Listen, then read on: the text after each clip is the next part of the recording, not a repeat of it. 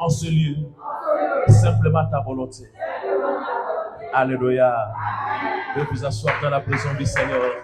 Romains chapitre 12, le verset 1. Romains chapitre 12, maman, aide-nous vite de Romains chapitre 12.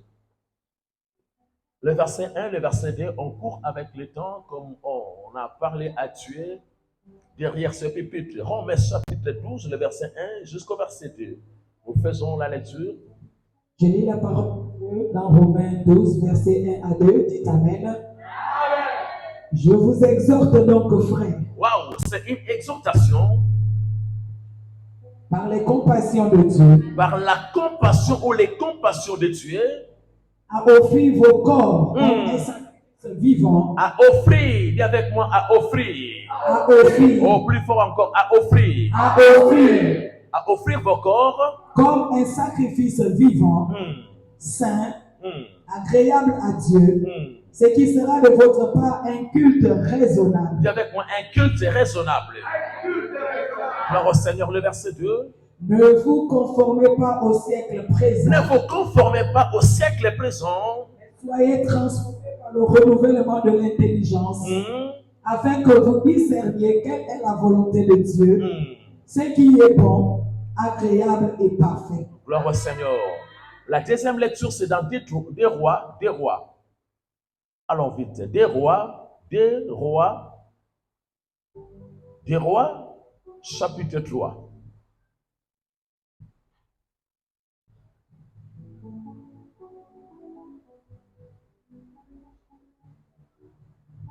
Le verset 26 et le verset 27. Des rois, pour ceux qui écrivent, des rois, chapitre 3, le verset 26 et le verset 27. Il est écrit dans le livre de 2 rois, versets 26 et 27. Le roi de Moab, voyant qu'il avait le dessous, dis avec moi les dessous, dis avec moi les désavantages. Merci. Qu'est-ce qu'il a fait? Dans le combat, dans le combat, prit avec lui 700 hommes, tirant l'épée pour se frayer un passage jusqu'au roi des dames, mais ils ne purent pas. En plein combat, il a voulu sortir, mettre les sons autour de lui, mais ça n'a pas marché. Le verset 27. Il prit alors son fils premier-né. Il prit qui? Son fils premier-né. Il prit son fils premier-né. Qu'est-ce qu'il a fait? Qui devait régner à sa place. Et il offrit un holocauste sur la muraille. Et une grande indignation s'empara d'Israël, qui s'éloigna du roi de Moab. Avec moi, qui s'éloigna de lui. Le roi de Moab. Et qu'est-ce qui s'est passé à la fin? Il retourna dans son pays. La dernière lecture, c'est dans Exode. Prenez tous ça. Exode chapitre 10. Exode chapitre 10.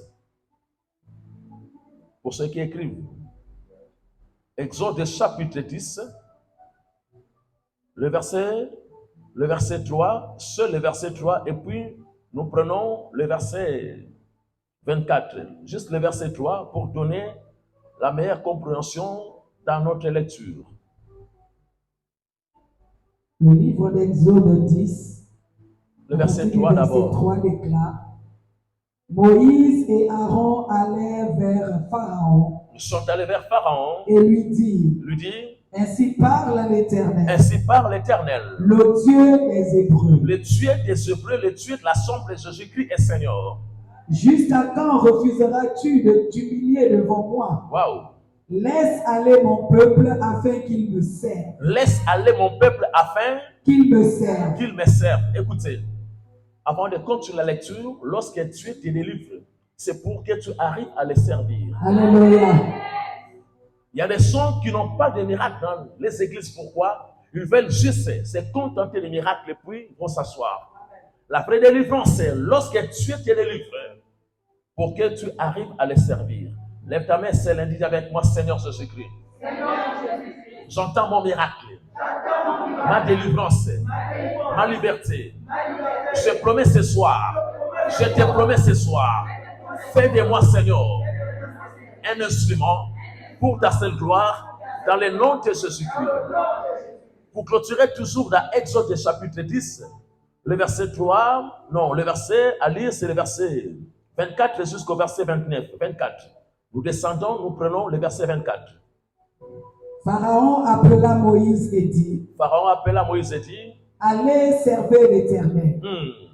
Il n'y aura que vos brebis et vos bœufs. Il n'y aura que quoi? Vos brebis et vos bœufs qui resteront. Et vos enfants pourront aller avec vous. C'est absurde ça. Continue le verset 25. Moïse répondit, tu mettras toi-même entre nos mains de quoi faire les sacrifices et les holocaustes que nous offrirons à l'Éternel notre Dieu. Wow. Nos troupeaux iront avec nous. Nos troupeaux iront avec nous. C'est notre prière de ce soir. Je vais encore les relire à la fin lorsqu'on va faire des déclarations. Nos troupeaux resteront avec nous. Iront avec nous. Iront avec nous. Et il ne restera pas un ongle. Même un ongle. Le bout de ton ongle ne restera plus dans les camps de tes ennemis. Dis avec moi, Seigneur Jésus-Christ. Rien ne restera dans les camps de mes ennemis. Rien de moi ne restera dans les camps de mes ennemis. Ni mes finances, ni mon corps, ni mon ventre, ni mon mariage, ni mes enfants, ni ma destinée. Au nom de Jésus-Christ. Continue la lecture. Nos troupeaux iront avec nous et il ne restera pas un ongle. Car c'est là que nous prendrons pour servir l'Éternel, notre Dieu. Et jusqu'à ce que nous soyons arrivés, nous ne savons pas ce que nous choisirons pour offrir à l'Éternel. L'Éternel endurcit le cœur de Pharaon. Et Pharaon ne voulut point aller. Pharaon dit à Moïse, sors de chez moi. Sors de chez moi. Garde-toi de paraître encore à ma présence. Car le jour où tu paraîtras à ma présence, tu mourras. Tu l'as dit, répliqua Moïse. Je ne paraîtrai plus en ta présence, parole du Seigneur, nous disons Amen. Dis avec moi, Seigneur Jésus-Christ. Je ne paraîtrai plus dans la présence de mes ennemis, dans leurs hôtels, dans leurs projets. Ils ne me verront plus. Ils ne me verront plus au nom de Jésus-Christ. Acclame le Seigneur, tu peux t'asseoir. Ce lundi, c'est un lundi de prière et nous avons profité pour dire merci à Dieu pour notre assemblée. Et ce soir, comme je disais, bien-aimés, on va se retrouver ici. Et vous le savez, chaque lundi, parfois je suis à plein ciel pour la prière, pour recevoir les gens à la prophétie, à la consultation prophétique et pour autre chose. Mais le Seigneur m'a mis à cœur de plusieurs de passer ce lundi ici dans notre église. Amen. Amen. Le thème est là, nous courons avec le temps, pas d'adoration sans sacrifice. Pas d'adoration sans sacrifice.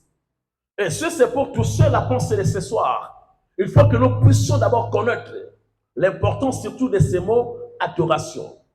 Et lorsque nous parlons d'adoration, c'est une action d'adorer ou c'est encore autre chose, bien aimé, c'est l'attitude. Ce qui casse la vie de plusieurs. On se dit chrétien, mais lorsqu'on vient à l'église, même lorsque la puissance de Dieu est là, même lorsque le Saint-Esprit, bien aimé, est en train de planer pour opérer des miracles, mais parfois c'est notre attitude qui nous casse pour ne pas vivre la gloire du Seigneur. Il y a des gens qui viennent à l'église, ils sont là en train de garder la montre. Il y a d'autres qui sont les yeux fixés sur la pendule. Il y a d'autres avec le téléphone, pourquoi? En train de converser, de parler avec les gens qui ne sont pas à l'église. Et j'ai compris, comment Leslie, c'est un message, elle n'est pas prêché un lundi. Mais comme le Seigneur l'a voulu, je voudrais que nous puissions comprendre dans quelques minutes. Lorsque nous parlons de l'adoration, c'est quoi? C'est adorer.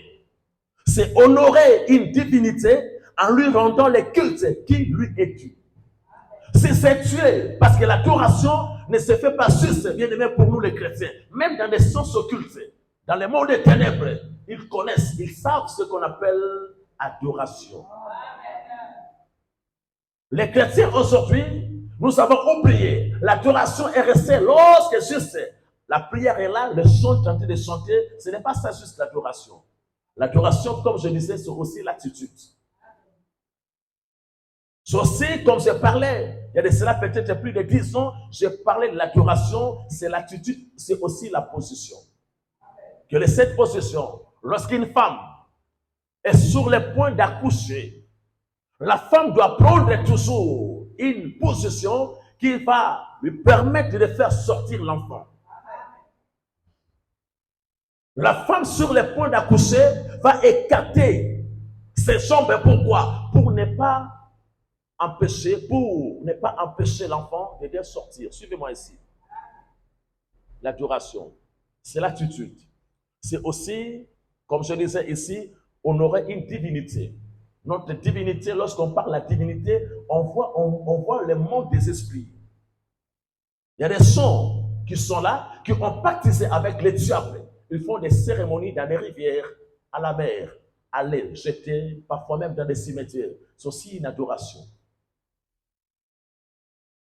Mais pour nous les chrétiens, c'est lorsque nous savons comment rendre un culte raisonnable à notre Dieu, comme dit les Écritures dans Romains chapitre 12.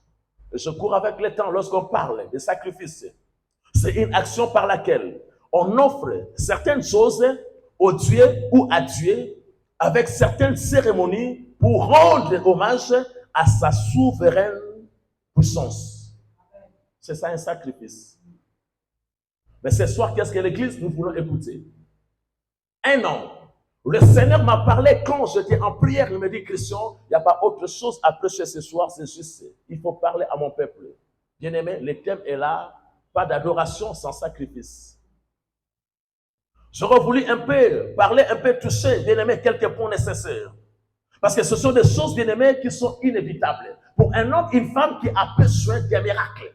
Ce sont des choses que chaque chrétien qui est là ce soir, bien-aimé, tu as besoin de vivre la gloire de Dieu. Le Seigneur ne t'a pas envoyé dans cette église en vain.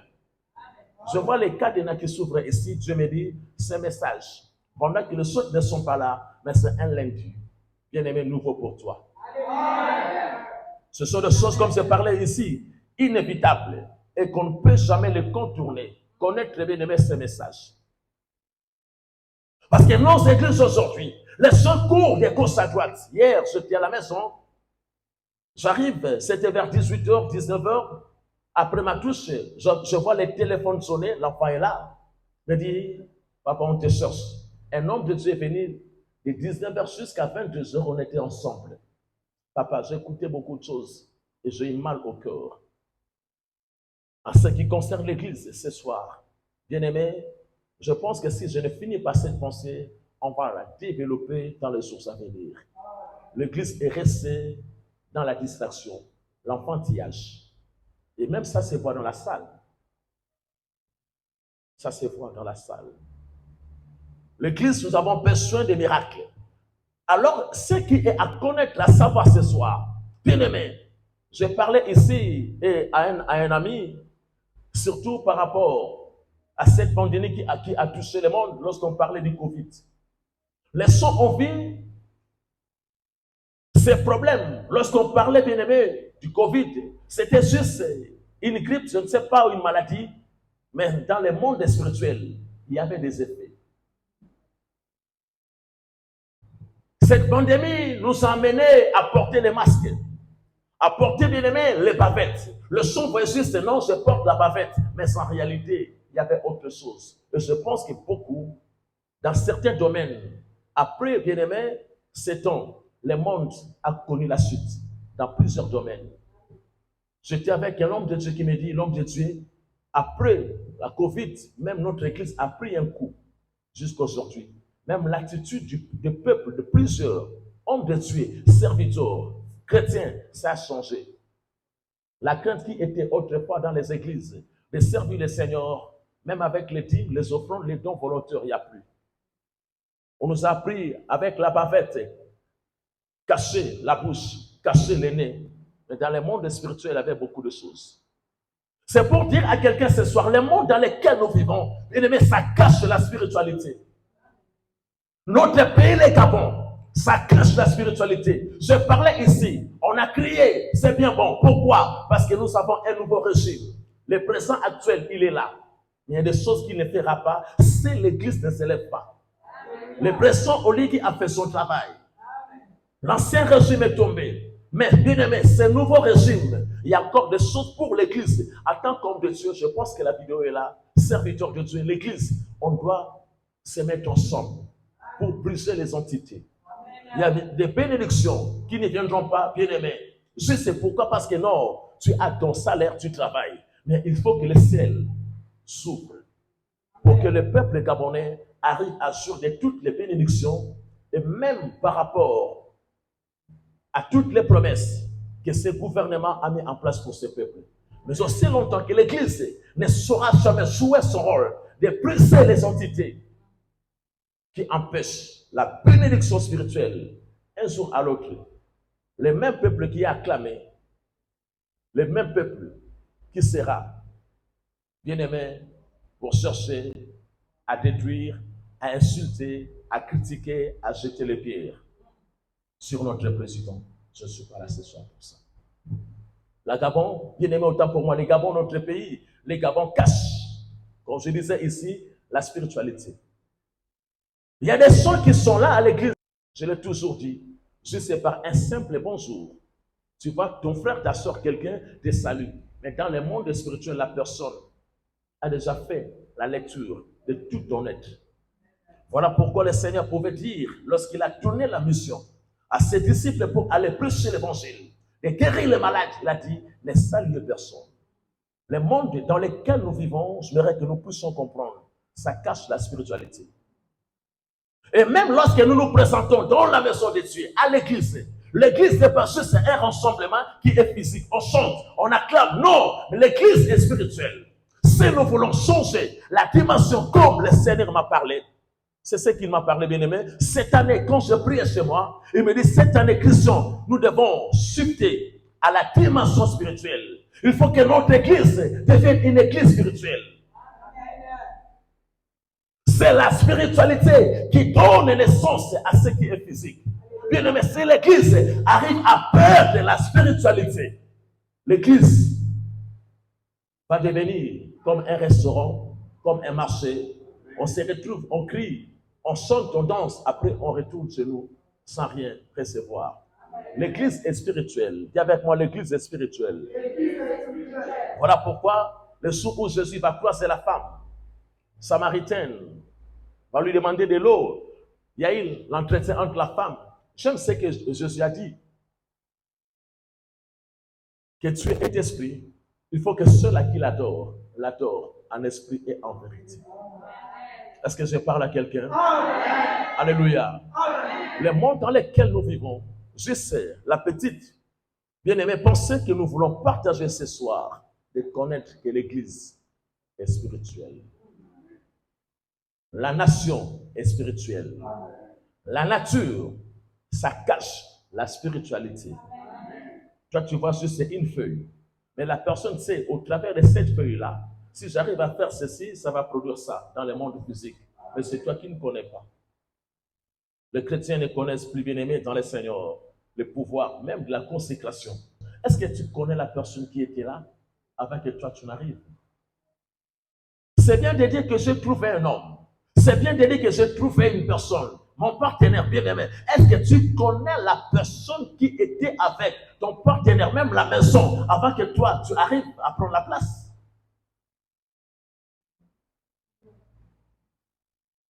C'est ça le problème. Il y a des esprits, bien-aimés, qui ne vont jamais se manifester dans l'immédiat lorsque tu arrives à faire la rencontre avec la personne. Mais 3 ans, 4 ans, 5 ans, 10 ans après, ces esprits commencent à se réveiller pour combattre parfois ta vie. Là où les gens ne comprennent pas. S'il vous plaît, l'église, sortons ce soir. C'est bien de dire un an, mais ma prière, tout le monde qui est dans la salle ici, après ce culte, bien-aimé, prends ta vie comme on a parlé, notre thème pendant les séminaires, lors de la pause et de la rétrospective. L'église, nous sommes restés physiques. Voilà pourquoi l'église est faible. Une maison, je dis ma soeur, mais comment tu m'as parlé que non, tu dois quitter là où tu es pour aller dans ta nouvelle maison? Est-ce que tu as le temps? C'est bien bon. Tu vois juste la maison, il y a la peinture, il y a tout. Les lumières sont là, mais tu ne connais pas. Je vous ai parlé ici, c'est ce que je n'aime pas parler. Je parlais ici, j'étais en déplacement dans un pays. On arrive les temps où je me suis retrouvé à la réception au comptoir pour demander une chambre. J'ai vu aussi un monsieur qui était là. J'ai senti le parfum qu'il dégageait. J'ai senti la manière qu'il était. Il me regardait. J'ai compris que ça, c'est quelqu'un qui est dans les sciences occultes. Je n'ai pas eu peur. Je cherchais un peu à taquiner ses pensées parce que la télévision était là. On suivait. C'était, je ne sais pas si c'est les maths, quelque chose comme ça. On a commencé à parler et il a pris sa chambre. Après quelques minutes, le monsieur sort de la chambre, l'appelle les gens qui étaient au comptoir à la réception. Venez, il faut m'enlever. Quoi? Les tableaux qui étaient là. Je ne sais pas pourquoi ça. Il a dit non. Il y a monsieur qui me regarde. J'ai tout fait, Papa Paulin, pour voir les tableaux en question. C'était juste l'image d'une femme qui était torse nu avec un peu comme ça. Et puis avec un pan à côté. Mais quand je l'ai dit, waouh, ce monsieur a compris quelque chose. L'église nous tombons beaucoup. Fais attention. Je suis homme de Dieu, je prophétise. Les sons, lorsque je les reçois, je dis seulement, maman, en sortant d'ici, pendant que tu vas suivre ta prière, il faut être éveillé de comprendre tout ce que tu dois rencontrer autour de toi, au boulot, à la maison, tout ça là. Vous savez pourquoi je parlais à notre maman qui est là ce soir? Je l'ai vu hier, quand elle était là, elle me dit, il faut faire la prière à cette femme. Mais je voyais à côté des combats terribles, la division. Et ça va chercher à la faire descendre. Je dis, maman, tu ne sors pas. Vous savez pourquoi je demandais? Pourquoi à sa fille? Parce qu'il y a des esprits comme ça, bien aimés. Je ne dis pas qu'elle, il y a des esprits. Tu viens pour ta délivrance. Et quand la délivrance est sur le point de se décanter, la personne qui ne comprend pas le pourquoi de ton désir peut devenir, bien aimé, une porte. Maman, on cherche la délivrance. Pourquoi on entend des sons des églises? Mais la personne, l'ennemi commence à habiter en elle. Voilà pourquoi je vous dis ce soir, celui qui a reçu le mandat après la mort de Moïse, Josué, il a fait une déclaration que moi et ma maison, nous servirons l'Éternel. Pourquoi? Parce que nous avons la prophétie d'aller expérimenter la promesse que le Seigneur nous a donnée. Mais si je n'arrive pas, je ne parviens pas à mener toute ma famille, bien aimé, tu risques de faire 40 ans, 50 ans sans avoir, bien aimé, ta délivrance. Et parfois, les gens comme ça, on les encourage. Mais ce n'est pas notre sujet de ce soir. Je dis à quelqu'un, bien aimé, ne reste pas dans les slogans, sois sérieux. Le monde nous a tellement eu, l'Église. Je parle ce soir, bien aimé, du monde spirituel. C'est d'abord le spirituel qui donne naissance à tout ce qui est physique. Mais c'est l'Église, nous voulons toujours aller plus haut et sans pour autant avoir une bonne fondation dans la spiritualité, nous allons mourir. Comprends ce soir l'importance du monde spirituel. Alléluia. Amen. Le fait de venir s'asseoir, bien aimé, dans une église comme celle-ci, pourquoi? Tu as entendu un témoignage, cela ne suffit pas. Mais nous voulons aller encore plus haut. Comme je parlais, le monde spirituel, c'est un monde qui travaille sur les principes. Le monde spirituel travaille sur les principes. Et parmi ces principes, ce que nous sommes en train d'enseigner ce soir, c'est les sacrifices. Dis avec moi les sacrifices. Plus fort encore, les sacrifices. Merci. Dans des rois ici, suivez-moi très bien, dans des rois ici, on a vu l'histoire. Les rois de Moab, en pleine bataille, il a voulu chercher, renverser les ennemis, mais c'était difficile. Il a cherché à réunir le sang, puis il est fort, vaillant, pour aller combattre. Et ce que j'aime ici, la Bible parle. Nous courons avec le temps. Le verset 26. La Bible dit quoi? Les rois de Moab, voyant qu'ils avaient les dessous, ça veut dire quoi? Désavantagés. Ils ne pouvaient plus, bien aimé, la Bible dit les dessous dans les combats. Ils ne pouvaient plus, comment bien aimé, faire pour attaquer ses ennemis. Qu'est-ce qu'il a fait? Suivez très bien. Pour la première fois, par maman, quand j'ai entendu, j'ai écouté, j'ai fait ma lecture. Bien aimé, c'est là où j'ai compris, ce jour-là, j'ai eu des frissons. Les rois de Moab, voyant qu'ils avaient les déçus, les désavantages, ils ne pouvaient plus dans les combats, bien aimé, attaquer ses ennemis. La Bible dit, qu'est-ce qu'il a fait? Pris avec lui 700 hommes. Durant l'épée, pour s'effrayer un passage jusqu'au roi des dons. Mais il n'a pas pu. Malgré les renforts, il n'a pas pu.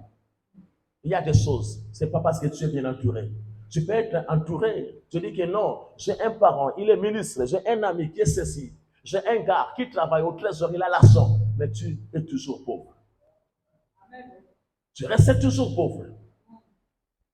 Ce roi a voulu mettre les gens capables, vaillants et forts pour remporter la victoire. La Bible dit, il n'a pas pu. Écoutez le verset 26, suivons ici s'il vous plaît. Le verset, la Bible dit quoi? Il prie. Alors, quand il a constaté, papa, qu'il est en train de perdre les combats. C'est mon message. Quand je commence. Papa, tu me suis? Balance la main, dit je suis. Maman, balance la main, toi. Je dis je suis. Merci.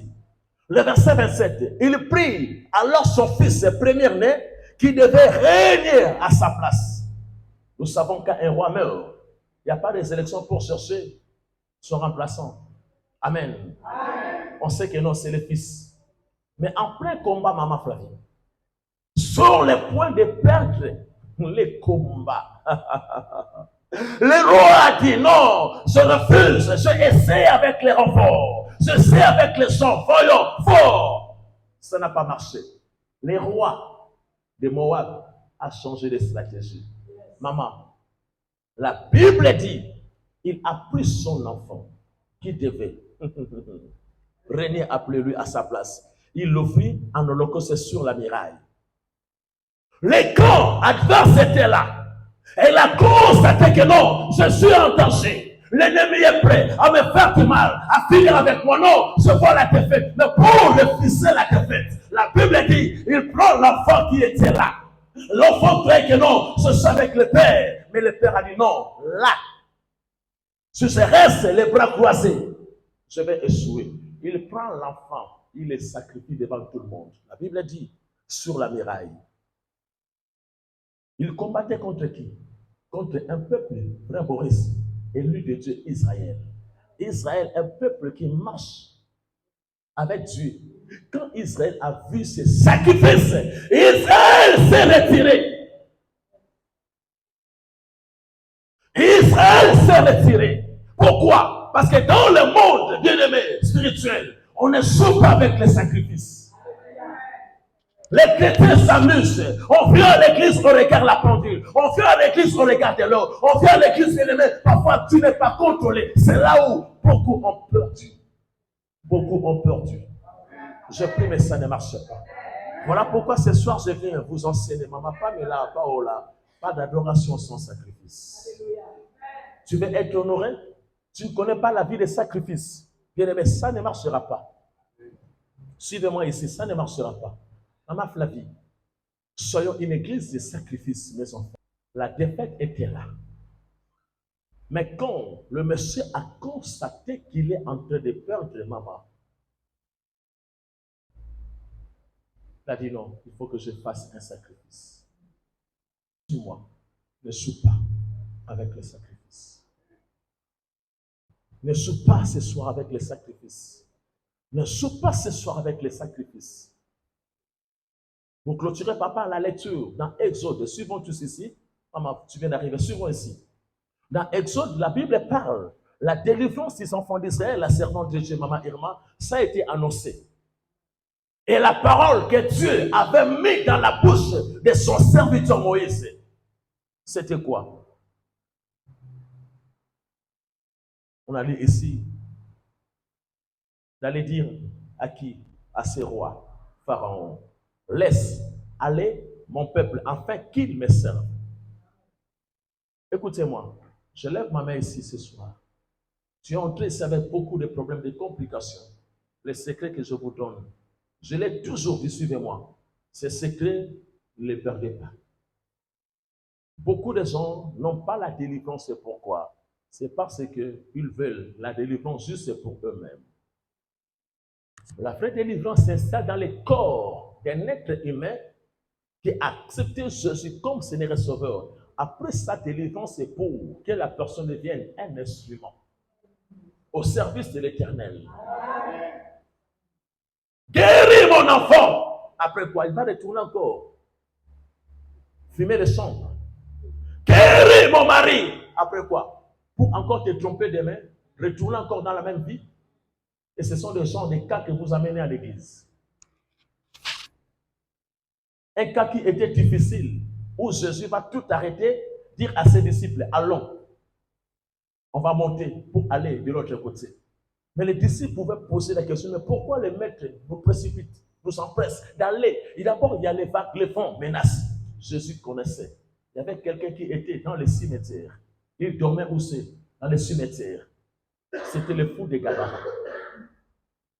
Pendant que ces messieurs criaient avec le Seigneur, personne ne pouvait faire attention à lui, même ses parents. Pourquoi? Il lui-même, il s'est précipité sa mort dans les cieux, alors qu'il n'est pas encore mort. Il y a des gens comme ça, tu n'es pas encore mort, mais quand on pose des questions, j'ai vu la tombe de maman, j'ai vu la photo de la vieille, j'ai vu ceci, toujours au cimetière. Mais cette ainsi va les au nom de Jésus. Est-ce qu'on peut acclamer Jésus majestueusement? Pendant que cet homme criait, il n'y avait personne pour faire attention à lui. Mais Jésus a provoqué ces voyages. Avec beaucoup de difficultés, bien-aimés sur la mer, ils sont arrivés. C'était juste pour délivrer cet homme. Après la délivrance, la Bible parle. Le monsieur a repris son bon sens. Qu'est-ce qu'il a dit? Il a dit, je vais te suivre. Et la suite, ce monsieur n'a pas été dans une école, la théologie, mais il est devenu un évangéliste pour aller prêcher aussi en Décapole. Décapole qui veut dire 10 villes. Donc tu commences à Moabi, tu finis Mayumba, Monana, tout ça là pour aller prêcher l'évangile. C'est ça la vraie délivrance. Lorsque Jésus te délivre de la stérilité, comme il a fait dans la vie de Anne, c'était pour que l'enfant qui sortira de Anne soit un instrument pour le Seigneur. Je veux un bébé miracle. Un bébé, il va faire quoi? Juste pour faire plaisir à Paul. Pour faire plaisir à André, voici, je te fais un enfant. Non! Dans tout ce que tu demandes à Dieu, un mariage, Seigneur, je veux me marier pour que les cieux soient glorifiés. Seigneur, je vais travailler pour que ton argent participe pour le bien de l'Éternel. Mais beaucoup de gens ne le font pas. Je pose la question, combien de fois tu as donné la dîme ici? La vraie délivrance, comme je disais ici, je vais descendre tout à l'heure. La parole, maman, la prophétie, Dieu a dit à qui? À Moïse et Pharaon. Allez-y dire. Moïse et qui? Aaron. Allez-y dire à qui? À cet homme, Pharaon. Laisse aller mon peuple afin qu'il aille comment? Me servir. Et je continue ici pour clôturer. La Bible dit, regarde ce qui se passe. Au verset 24. Quand l'histoire a commencé, le cœur des Pharaons était endurci. Dieu peut t'envoyer, papa, quelque part. Ta promotion est là. Mais le chef, le cœur endurci. Mais ne dis pas que non, ce n'est pas le chef. Il y a des gens, maman, qui sont allés chercher le boulot dans une société, mais tu arrêtes devant la porte, au portail. Les gens qui sont au service de vigile, hein? Parfois la personne te répond mal. Tu prends tes dossiers, tu penses que quoi? Je retourne. Est-ce que c'est lui qui va t'embaucher? Je sais, il est là en train de faire son travail au portail. Mais la personne qui va prendre ton dossier à l'intérieur. Il y a des gens comme ça aussi à l'église. Tu sais que ton problème c'est Jésus. Tu sais que c'est Jésus qui va te bénir. Tu sais que c'est Jésus qui va te lever. Tu sais que c'est Jésus qui va te guérir. Mais il sort de l'église. Un frère de l'église, même celui qui te parle. Peut-être d'une manière parce que Dieu fait tester ta foi. Papa, maman le parlait, je sors de l'église. Qui m'appelle là? Qui m'appelle encore là?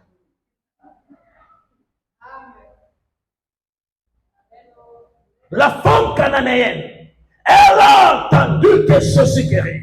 Elle a entendu que Jésus a la capacité, papa, sauf de faire quelque chose pour sa fille. Elle court. Elle voit Jésus avec les disciples. Fils de David, aie pitié de moi. Où as-tu appris à faire cette déclaration, fils de David? Pourquoi? Parce que j'avais entendu quelqu'un, un aveugle qui était là. Mais c'est un problème, crier, fils de David, aie pitié de moi. Bien qu'il était sur le point de sortir, mais il a fait quelque chose pour cet homme. Moi aussi, je prends la même formule. Fils de David, aie pitié de moi. Jésus était là. Vous voyez Pierre? C'est pas Jacques. Bon. Mais il ne fait pas attention. Jean, tu vois, ce jour-là, Thomas, tu as vu ce jour-là? Oh, Philippe, ce jour-là. La femme criait. Et quand les disciples ont vu que Jésus n'a pas fait attendre, Seigneur, chasse-la. Elle crie derrière qui? Derrière nous. Est-ce qu'elle criait derrière eux? Elle criait derrière Jésus.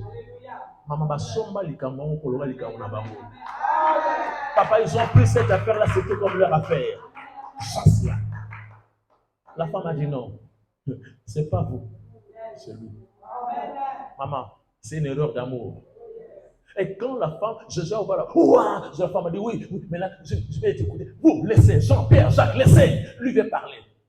Lui, merci parce qu'il veut ouvrir la bouche. Mais quand Jésus ouvre la bouche, il dit femme, je ne suis pas venu pour. Je suis venu pour les brebis perdues de la maison. Hé, Seigneur, il m'a encore tué. Je répète encore. La femme dit waouh, merci Seigneur. Cette fois-ci, il va me consoler. Jésus dit, il n'est pas bien de prendre les pains des enfants, de donner aux petits chiens. Et il a insulté ma fille chien. Même les chiens peuvent manger les miettes qui tombent de la table de leur maître. Malgré les insultes, comme la femme savait que mon problème, ce n'est pas Jean, ce n'est pas Pierre, ce n'est pas Thomas, ce n'est pas Christian, c'est Jésus.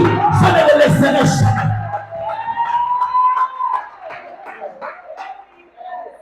Si elle aurait pu laisser Jésus ce jour-là, elle allait entendre que non. À Asaph, il y a un corps qu'on va enterrer à la. Combien ont enterré les bénédictions ici, alors que la bénédiction était devant la porte de ta maison? Je ne viens plus aller, je vais réfléchir. La bénédiction arrive comme ça, non, la bénédiction part. La bénédiction que tu as souffert à la justesse pendant 10 ans, 15 ans, 8 ans, 7 ans, 8 mois, 9 mois, juste un jour, la bénédiction ça part. C'est parce que tu n'as pas su. Je vais couper quelque part. La Bible dit ici, le message a été donné, laisse aller mon peuple. Qu'est-ce qui s'est passé? La Bible dit, Pharaon appela Moïse et dit, allez servir l'Éternel. Il n'y aura que vos brebis et vos bœufs qui resteront et vos enfants pourront aller avec vous. Papa, quelle méchanceté. Moïse a dit quoi? Suivons très bien. Il a dit, allez-y, servez votre Dieu. Prenez vos enfants, vos oncles, vos grands-pères, mais vos brebis et vos bœufs resteront ici. Il y avait pourquoi ça? C'est parce que Pharaon savait que si ce peuple quitte mon territoire pour aller adorer leur Dieu, moi aussi, Pharaon, je suis mystique. Dans les mystiques, on ne peut pas adorer la divinité sans sacrifice. Il leur donne la délivrance, allez-y. Mais vos richesses, vos brebis, vos bœufs vont rester ici. Moïse savait, pas d'adoration sans sacrifice. Pose la question à un vieux que j'aime dans la Bible. Il a marché pendant 3 jours, Papa Paulin, avec ses serviteurs, Papa Boris. Il perçoit de loin les mots Maurice. Regarde ses serviteurs. Restez ici avec l'âne. Moi et l'enfant, nous irons adorer. La vraie adoration, bien aimé, c'est lié avec les sacrifices. Tu veux adorer sans sacrifice. La personne qui a cherché à troubler ton mariage, à troubler ton corps, te donner les sons mystiques, les sida mystiques, la maladie, à sacrifier. Mais les chrétiens n'aiment pas la vie des sacrifices. L'adoration. L'adoration, bien aimé, c'est honorer. Veux-tu être honoré? Son sacrifice. L'attitude des gens, on a donné dans les églises, tout ça, bien aimé. Ça, ce n'est pas l'église là où tu étais. Ça, c'est l'église de Jésus. Je vous dis, c'est une bonne église. Et Dieu est présent. Je clôture mon message par là. Mais ce que j'aime, il a dit quoi? L'Éternel endurci, il a dit quoi? Vos brebis. Vos bœufs qui resteront et vos enfants pourront aller avec vous. Écoutez Moïse. Moïse répondit, tu mettras toi-même entre nos mains et de quoi faire. De quoi faire les sacrifices et les holocaustes que nous offrirons à l'Éternel notre Dieu. Nos troupeaux iront avec nous. Moïse a déclaré. Et c'est la paix que nous allons faire ce soir. Tu ne peux pas dire que tu es délivré pendant que le mariage bien-aimé est encore à cacher. Tu ne peux pas dire que tu es délivré. Non. Moïse a dit quoi? Nos troupeaux iront avec nous et il ne restera pas un ongle, même l'Inzaka. Même le bout de l'ongle ne restera pas. Ce soir, je déclare, même dans un salon, là où tu allais faire le chevet, un chevet est resté là-bas. Quelqu'un l'a pris pour te faire du mal. Là où tu faisais, je ne sais pas, les soins, pédicure, manucure. Il y a quelqu'un qui a pris ton ongle. S'il y a quelque chose qui t'appartient, c'est que pour dans le monde de la sorcellerie. Je déclare ce soir, il y a quelqu'un qui a pris ta photo pour l'utiliser malhonnêtement. Je dis, tu sortiras de là. Tu sortiras de là, tu sortiras de là, tu sortiras de là, tu sortiras de là, parce que tu as compris ce mot sacrifice. Mets-toi debout, mets-toi debout. Mets vers le ciel, mets vers le ciel. Commence à déclarer.